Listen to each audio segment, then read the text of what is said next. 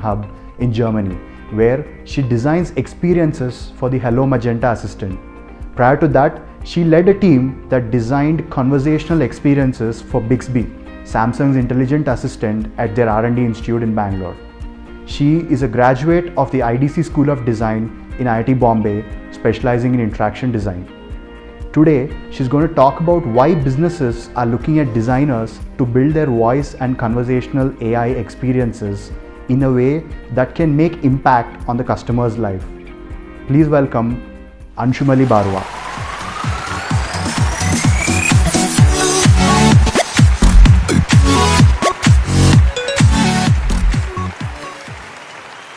Hello and welcome to Designing Voice Experiences. I am Anshumali. I'm a voice experience designer at Deutsche Telekom. Here, I'm currently working on designing the interactions for the smart assistant called Hello Magenta. Before this, I have contributed to the design team for Bixby. Today, we will be talking about few of the principles that goes behind designing for voice. We will also look at why more and more businesses are turning towards voice technology. And lastly, we will take a look at few of the steps that you could take to embark on the same journey. So let's get started. Where are we right now? Voice is seen in almost all the smart devices around us today. Be it the mobile, the watch, the TV, your smart speakers, your car, you name it and it's there. Voice interactions are majorly classified into two types. The first one being voice-only experiences. These are when you talk to the Google Mini Home speaker or the Amazon Alexa speaker or any other smart speakers that you have interacted with. These are completely hands-free interactions, leaving the user enough bandwidth to multitask. These interactions are usually triggered with a wake-up word, like Hey Google or Hey Siri. The second type is a multimodal experience, where you have a mix of hands-free and device interaction. Device interaction can be on the device itself or through a remote control unit. So these interactions help you quickly navigate within the devices and also at times expands the capabilities of the device itself. For example, in the TV, you're no longer confined to just consume content. You can also ask for the weather if you like it. The interactions are usually triggered with a wake-up word or at the push of a button. Working in voice interactions so far has led me to question if technology is finally adopting to us humans. Let's find out. To do that, we will look at what are few of the basics that goes into designing for voice. I will start with this quote that I really like. Voice interfaces have a huge potential to become the most effective way to interact with any technology. And why should it not be? Voice in itself is something that we have been innately, adapted to do. We humans are so expert in the way of conversing with others that it is but the most natural way for us to communicate with anything. To look at few of the design principles, I will like to start with designing for context. So when I say context, it could be the way a user is talking to you. It could be their location. It could be an information that you know about their social behavior or lifestyle. It could be the device that they are talking to. Or it could also be the time of the day. These are few of the variables that can inform your design, if not all. To take a quick example for this, let's look at our user here who is talking to a smart speaker. User here wants to know the directions to the Hyde Resort. And the system responds with, sure, directions to the Hyde Resort for home are coming up on your mobile.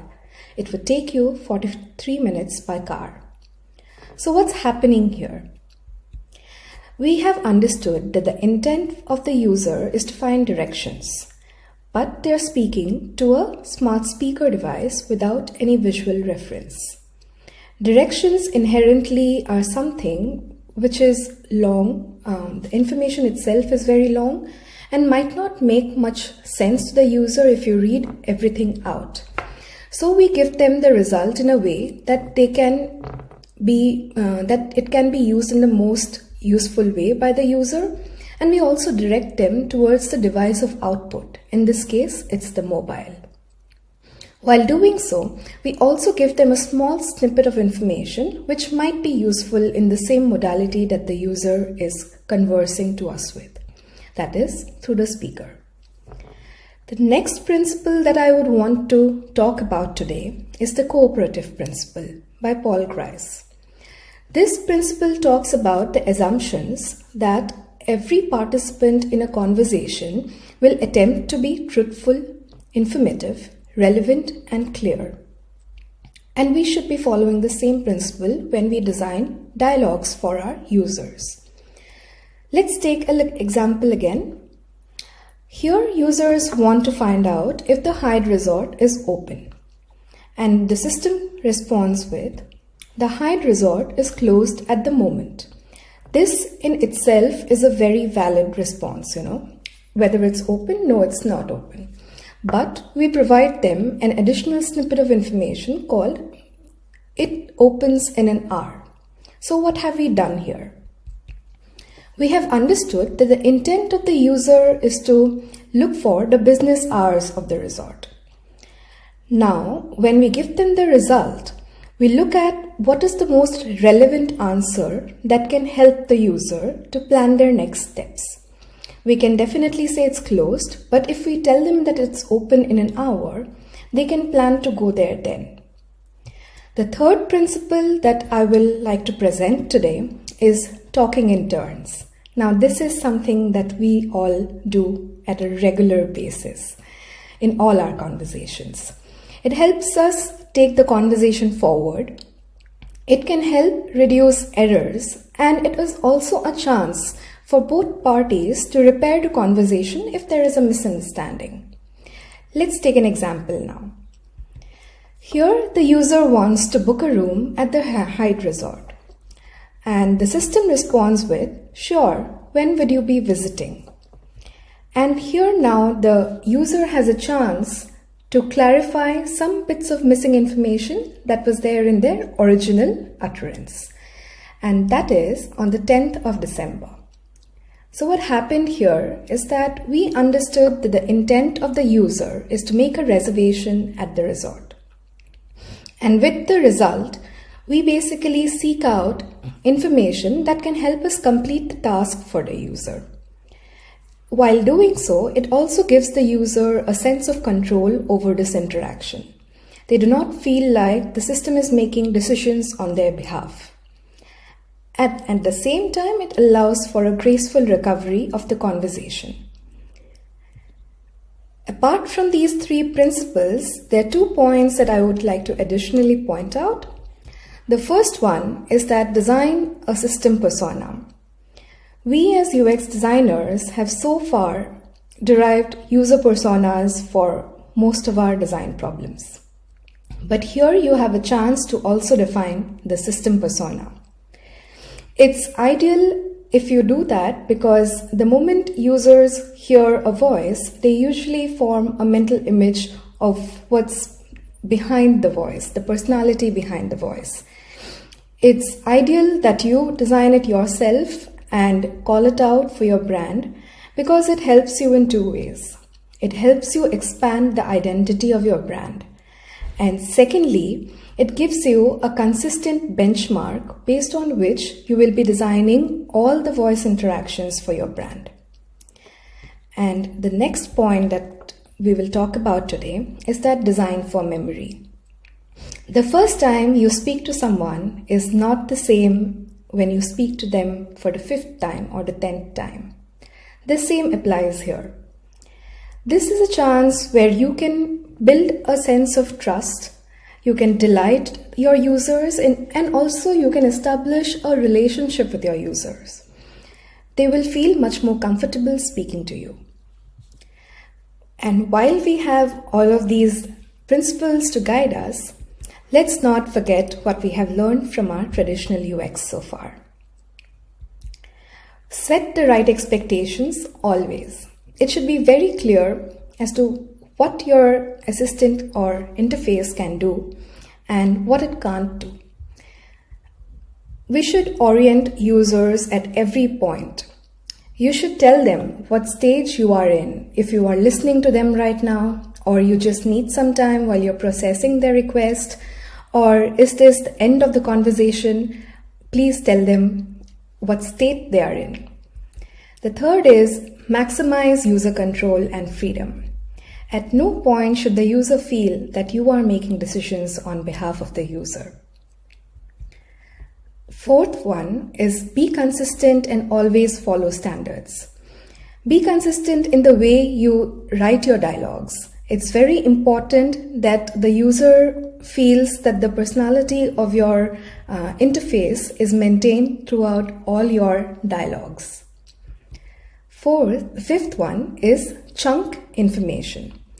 Auditory sense is usually a little bit limited to design for. So what I mean when I say chunk information is that make it bite size so that the users find it most useful, and also it is not much of a cognitive load for the users to consume that information. And lastly, provide help and documentation. At no point should the user feel that they do not know what's happening with the system or with your interface. And if they have any doubts and questions, and if they want to find that out for themselves, they should have some documentation to refer to. From all of this, what I can gather so far is that voice design is actually a derivative of natural human conversations. I'm really excited to know what you feel about this too. Now let's look at why more and more businesses are looking forward to conversations. I really like this quote here. What it means is we feel most confident when we are using a medium that we are most comfortable with, that is speech or talking. So let's look at a few of the reasons why businesses are turning towards voice. Voice is a great connector. It taps into empathy with speech and builds a greater sense of trust amongst users. The second point is that voice is predicted to be adopted by 60% of the overall internet users in the next 5 years. That in itself is a huge market to tap into. Again, voice breaks through the barriers of tech adoption in an unprecedented way, allowing far greater outreach into users' homes and their lives. And lastly, voice makes things much easier. As users fall back upon their basic know-how of speech to get their tasks done. What can be simpler than that? Going ahead, if you want to break the silence and you want to get hands-on with voice technology, what are a few things that you could do? As a business, if you are transitioning or if you're looking to transition into voice, be it that you want to build a skill or you want to integrate a voice interface within your app or service itself, I would like to point out these few things that you would do. The first one is identify use cases that would be most relevant for voice interactions. Pick the ones that are generally a few clicks away, that is a bit deeper into your app or system's hierarchy, and also makes a lot of sense for users. These could be things that the users do quite often. you now have a chance to break that hierarchy and bring out these tasks up front for the user. The next one is about defining your success metrics. This will help you focus on the most important things, then being carried away and trying to include voice everywhere. I am not saying that you should not include voice everywhere, but it's a great idea to prioritize what would make most sense for the user for your service. The fourth point is building a team that understands the concepts of voice recognition, natural language understanding, and processing. Researchers, voice evangelists, designers, and linguists who will help you achieve a greater degree of success. Fourth point being, like we talked about earlier, defining the tone and persona of your voice interactions will be your North Star in the whole process. And lastly, incorporate user feedback. Now, voice offers a unique opportunity to gather feedback in much more delightful ways. Through interaction itself, the user's tone of voice, their use of words, and their frequency of usage of voice interactions that you have designed so far itself can give you a lot of data about what is working and what's not working for the users. Use this data abundantly. And lastly, I would like to leave you with this quote, that to design a very successful voice interface, you need to have an appreciation for speech as a rich, mutually supportive, and inherently social interaction. And with that, I come to an end. Thank you so much.